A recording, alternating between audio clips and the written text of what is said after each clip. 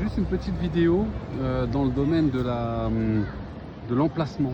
En fait, à l'époque, il y a un moment donné où l'emplacement était capital. Et puis ensuite, après, avec l'arrivée de Insta, des réseaux sociaux, etc., des groupes, des annuaires halal, etc., en réalité, c'était plus réellement très indispensable parce que les clients, les consommateurs se déplacent là où on est, là où il y a le restaurant. S'il est bon, bah, les gens se déplacent. Et ça, c'est toujours d'actualité, c'est vrai. Mais, vu le volume de la concurrence aujourd'hui, enfin, je parle surtout en France, hein, pour le coup, sur le marché français, en réalité, j'ai le sentiment quand même qu'on va revenir vers des fondamentaux qui sont quand même un emplacement de premier ordre. Et un emplacement de premier ordre, pour moi, aujourd'hui, c'est un emplacement où il y a du trafic, mais c'est un emplacement touristique.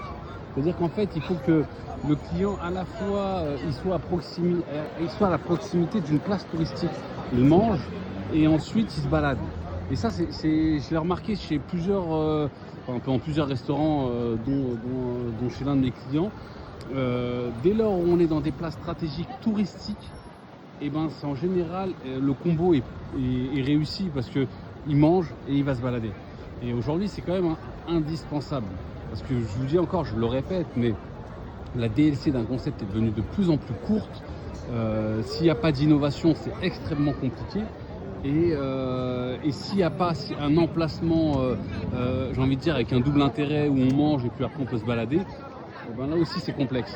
Donc vraiment, emplacement oui, mais au-delà de l'emplacement, un emplacement d'une pierre deux coups qui est bien placé, qui est touristique.